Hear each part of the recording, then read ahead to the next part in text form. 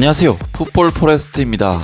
바로 오늘 경기였죠. 손흥민 선수의 토트넘 핫스퍼와 위컴비 원더러스 간의 잉글랜드 FA컵 경기가 있었습니다. 일단 경기 결과는 1부 리그 상위권 팀과 2부 리그 하위권 팀다운 4대1이라는 스코어로 경기를 못 보신 분들이라면 토트넘이 그냥 무난하게 발라줬구나 라는 생각이 들 수도 있는 큰 점수차로 승리를 거두었습니다. 하지만 오늘 저는 4대1이라는 스코어에도 불구하고 토트넘 선수들을 좀 대놓고 까는 이 영상을 업로드하게 되었는데요. 제목은 굉장히 자극적이긴 하지만 팩트를 적었습니다. 토트넘은 손흥민, 케인 없으면 시체 수준의 팀이다. 어떻게 보면 4대1이라는 대승을 거두고 붙일만한 혹은 과도한 비난일 수도 있지만 대체 왜 4대1로 이기고도 제가 토트넘 선수들을 좀 까는지 지금부터 말씀드리겠습니다.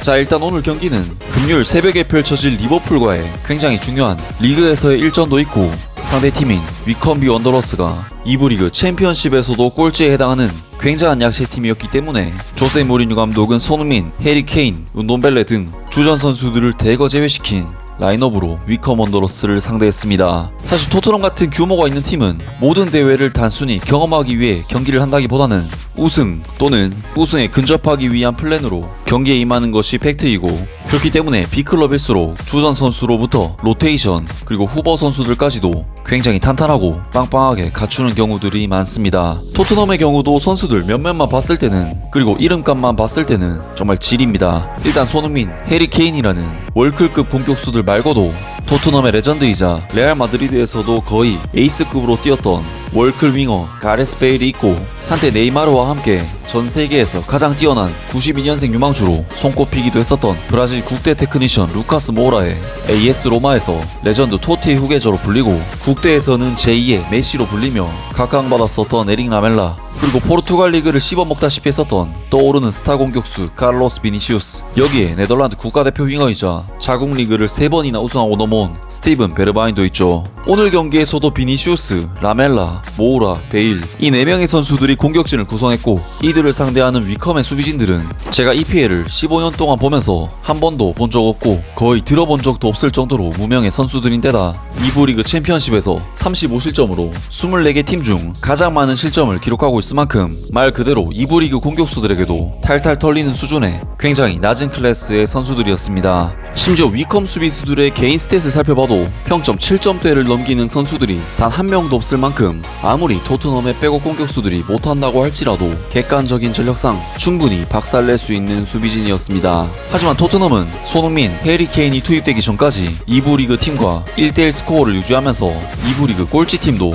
쉽게 부수지 못하는 모습들을 보이는 등 손흥민, 해리 케인, 은돈벨레 투입 후 막판에 골을 좀 몰아쳤을 뿐 사실 굉장한 졸전을 펼친 경기였습니다. 그중 일단 에릭 라멜라, 카를로스 비니시우스 이 2명의 선수들은 이런 2부 리그 클럽을 상대로도 쌈노답 경기를 펼치면서 자신들이 갖고 있는 장점이나 실력들을 전혀 발휘하지 못했습니다. 반면 가레스 베일이나 루카스 모우라 이 2명의 경우에는 좀 잘했다고 하시는 분들도 많았는데 평점도 각각 8점대를 기록할 정도로 기록상으로나 사람들 평가에 따라서는 충분히 잘했다, 괜찮았다 할 수 있는 건 인정합니다. 하지만 제가 볼 때는 2부 리그 최하위권의 수비력을 지닌 그런 팀을 상대했다는 점을 감안하면 절대로 만족스러운 활약은 아니었죠. 일단 가레스 베일 선수의 경우 오늘 경기에서 3번의 드리블 돌파 성공으로 충분히 위협이 되는 움직임을 보인 것은 사실이지만 총 8개의 슈팅 중 1개만을 성공시킬 정도로 정말 최악의 결정력을 보여주는 경기였고, 심지어 8개의 슈팅 중 유슈팅은 겨우 2개 그칠 정도로 정말 최악의 세모바를 보여준 경기였습니다. 루카스 모우라 같은 경우도 사실 장기인 드리블로 상대 수비를 어느 정도 흔들어 놓긴 했지만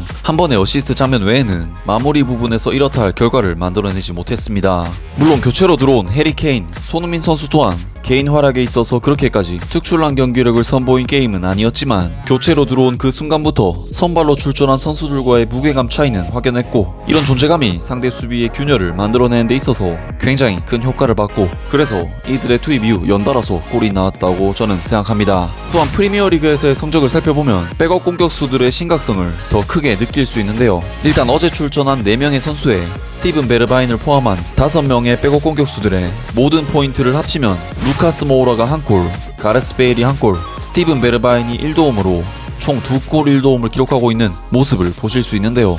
와 진짜 말이 안 나온다. 아무튼 손흥민 선수와 해리 케인 선수가 각각 리그에서 18포인트, 23포인트를 기록하고 있는 것에 비하면 이거는 뭐 거의 말도 안 되는 의존도입니다. 특히 득점과 도움이라는 실질적인 골에 관여한 공격 포인트 외에도 이들 5명의 선수들은 굉장히 심각한 수준을 보여주고 있는데요. 일단 측면 윙어라고 한다면 기본적으로 상대 수비와의 1대1 경합을 통해 상대 측면 수비수들이 커버하고 있는 공간을 스스로 파괴하여 직접적인 골키퍼와의 찬스를 만들어낸다던가 측면 수비수를 벗어남으로써 상대 센터백의 커버 플레이를 유도하는 혼자서 이미 한 명 벗겨낸 데 이어 수비수를 한 명 더 끌어내면서 2명의 수비수를 무력화시키는 효과와 동시에 중앙 센터백이 빠진 공간을 만들어냄으로써 우리 팀 공격수들이 생겨난 공간으로 침투해 유리한 포지션을 잡을 수 있도록 하는, 아무튼 이런 부분은 측면 윙어로서는 매우 기본적인 역할이라고 할 수 있는데, 토트넘의 후보 윙어 자원들의 경기당 드리블 돌파 스탯을 살펴보면 가레스 베일 선수가 1회, 에릭 라멜라 선수도 1회, 스티븐 베르바인 선수의 경우 0.7회, 루카스 모라의 경우에는 0.4회라는 윙어로서 경기당 한 번 이상의 직접적인 드리블 돌파에 의해 찬스를 만들어낸 역할을 아무도 못해주고 있는 수치를 발견할 수 있습니다. 물론 손흥민 선수 또한 0.9회로 이 선수들과 크게 다른 수치를 보이고 있지는 않지만, 손흥민 선수는 애초에 드리블러 유형도 아닌 뒷공간 침투에 특화된 공격수인 반면에 전형적인 드리블러이자 공을 많이 갖고 플레이하는 루카스 모우라, 가레스 베일, 에릭 라멜라에게는 굉장히 실망스러운 수치인 것이 사실입니다. 이번 시즌 손흥민 선수는 직접적인 드리블 돌파보다는 상대의 뒷공간 침투를 통해 많은 득점을 만들어냈기 때문에 개인 드리블 돌파 수치가 높지 않다고 해도 공간 침투를 통해 충분히 상대 수비를 무력화시키는 결과를 만들어낸 선수라 뭐 딱히 상관이 없죠. 또한 직접적인 마무리 부분에서는 더욱 큰 차이를 보입니다. 손흥민 선수는 프리미어리그에서 총 31번의 슈팅으로 12골을 뽑아냈습니다.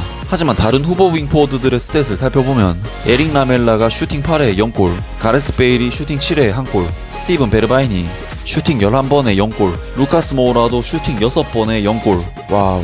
측면에서 상대 수비를 무력화시켜서 동료들에게 도움을 줄 수 있는 능력이 안 된다고 한다면 손흥민 선수처럼 마무리 부분에서라도 확실한 모습을 보여주면 충분히 좋은 카드가 될 수 있는데, 와, 이 4명의 윙포워드 선수들이 총 슈팅 32번에 1골.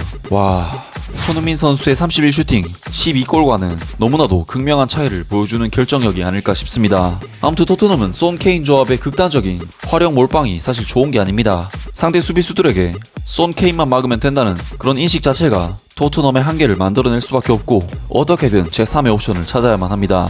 손흥민 선수가 토트넘에서는 없어서는 안 될 선수로 자리 잡은 것이 분명 기분 좋은 일이긴 하지만 너무 과중한 무게를 짊어진 느낌이 들어서 안타깝기도 하네요. 아무튼 오늘 영상은 여기까지고요. 영상 재밌게 보셨다면 구독과 좋아요 그리고 댓글 부탁드립니다. 감사합니다.